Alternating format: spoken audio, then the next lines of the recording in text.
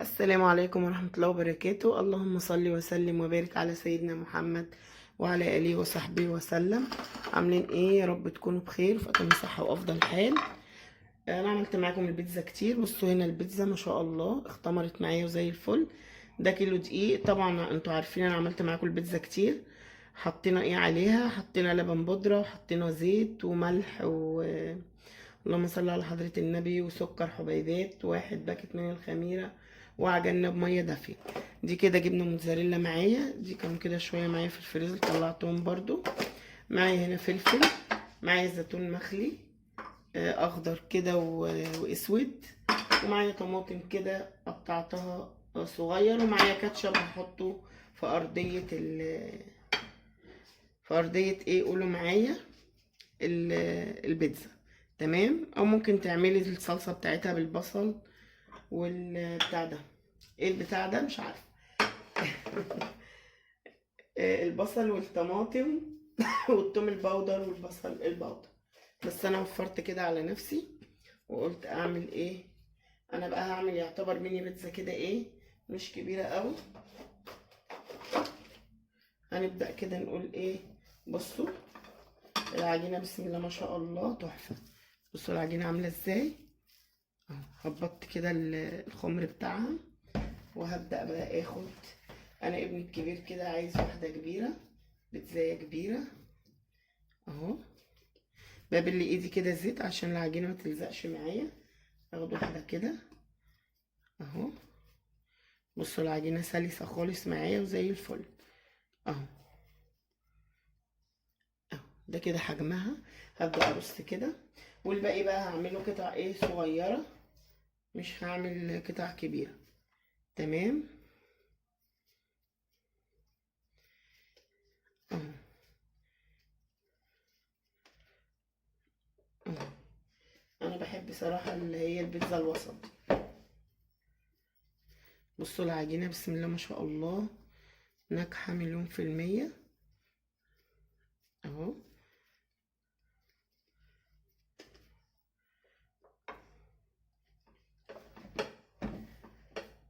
انا بقى اخلص كل ده وان شاء الله نيجي ايه نحشي مع بعض.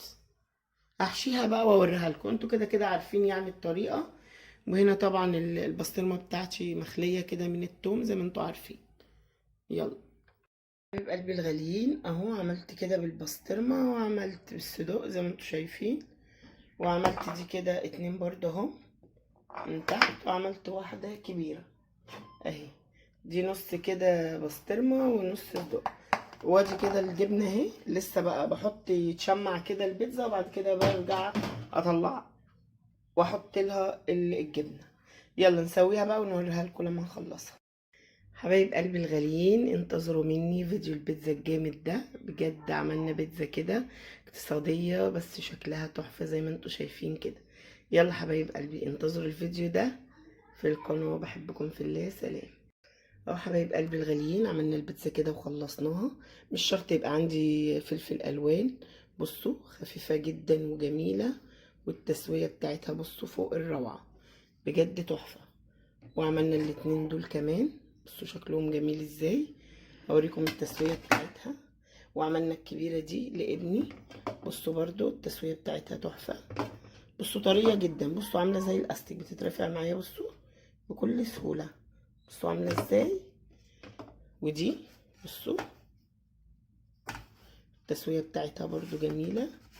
ودي كمان شايفين الجمال، بجد تحفة. اتمنى الفيديو بقى يعجبكم. بحبكم في الله، في رعاية الله. مع السلامة. السلام عليكم ورحمة الله وبركاته. اللهم صل وسلم وبارك على سيدنا محمد وعلى آله وصحبه وسلم. عاملين ايه احلى اخوات؟ حبيت اشارككم بقى حبة الحاجات اللي انا جبتهم. بجد انا طالعة مش قادرة اطلع من كتر الحاجات اللي كنت شايلاها، ونفسي اتقطع بصراحة. فقلت اشارككم كده ايه حبة المشتريات اللي انا جبتهم. انا يمكن ما بعملش فيديوهات مشتريات كتير، بس احنا بنشتري برضو يعني حاجات. ده كده كاتشب اللي بتحبه. ده كده برتقال لبنان، كيلو ونص ب10 جنيه اهو. نقيته كده حلو. ده طبعا هيتغسل. تمام. جبنا كده، اللهم صل على النبي. جبنا موز برضو اهو. شفت الموز جميل ازاي؟ انا من عشاق الموز يا جماعه، انا وولادي كلنا يعني بصراحه. اتفضلوا كلوا موزايه. ممكن اكل موزه كده وانا معاكم، عشان انا بصراحه لسه ما فطرتش وهفتاني بصراحه. انا قشرت الموزه بقى تاخدوا حته واحنا بنرغي كده.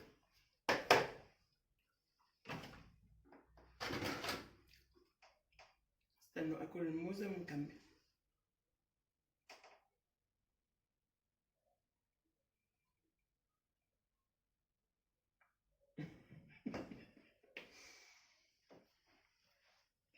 ايوه انا بتعب برضو.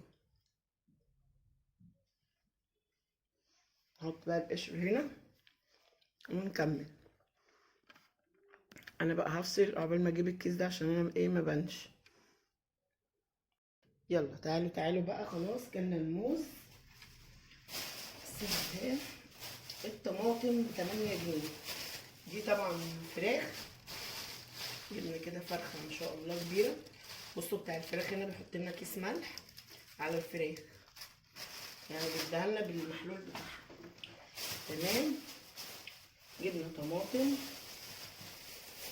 اهي. اوريها لكم اهي. الطماطم كيلو وربع ب10 جنيه. الطماطم ب8 جنيه، مع انها مش حلوه قوي، ما رضيتش اجيب كتير يعني.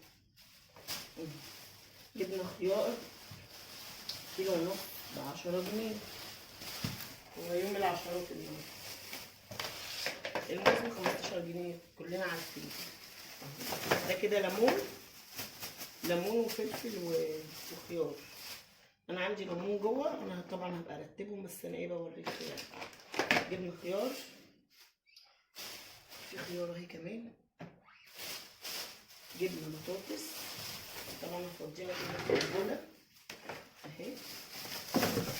جبنا 3 كيلو بطاطس كده، اللي هي الجديده دي. بصوا شكلها حلو قوي، تحمير. هنعملها بقى، نحط عليها ميه كده. بصوا منقياها حلوه ازاي. مؤمنيه شطوره على فكره، بعرف انقي كده وجبت بصل، بس بصراحه ما جبتش غير كيلو ونص، علشان انا بحب اجيب البصل كده كميه يعني. محبش اجيب كيلو ولا الكلام ده كله. جبنا جزر انا عندي، بس جبت كده وحدتين برضو للسلطه. وهقول لكم جبنا تاني بقى. جبنا الفراوله الجميله دي، شايفين بقى الفراوله وجمالها اهو. الفراوله ب20 جنيه الكيلو، مش عارفه ليه يعني، عشان لسه بس طالعه، بس هي بصراحه عجبتني وطازه كده وشكلها حلو. فقلنا نجيب كيلو كده ندلع العيال، نعمل لهم بالموز، نعملها لهم عصير كده بالموز واللبن، تبقى حلوه برضو. وجبت تاني امنيه جبت ازازه خل اهو. ازازه خل، ما عنديش خل. جبنا رز، وجبت بابريكا، ودي بهارات فراخ مشويه جبتها برضو. وده رز، وده كده صابون سايل. وده البرتقال قلت لكم الكيلو ونص ب10 جنيه. وايه تاني يا رب جبته؟ بس. ودي كانت كده مشترياتنا السهله وبسيطه بتاعت اليوم النهارده. بجد يا جماعه ربنا يرحمنا برحمته والله العظيم. عشان تنزلي بس تشتري شويه حاجات كده ملهمش، هما ليهم لازمه اكيد، بس يعني بجد ربنا يرحمنا. ربنا يرحمنا ويرزق الجميع يا رب. ده كان فيديو كده ظريف لطيف عملته معاكم. بجد أمنية في الرابع بتطلع مش قادرة تتنفس والله بجد. الله المستعان. انا بقى كنت ناوية اعمل فراخ مشوية، فشكلي هغير رأيي، عشان طبعا الفراخ المشوية كلكم عارفين لازم تبقى متبلة من قبليها، عشان يبقى طعمها طبعا احلى.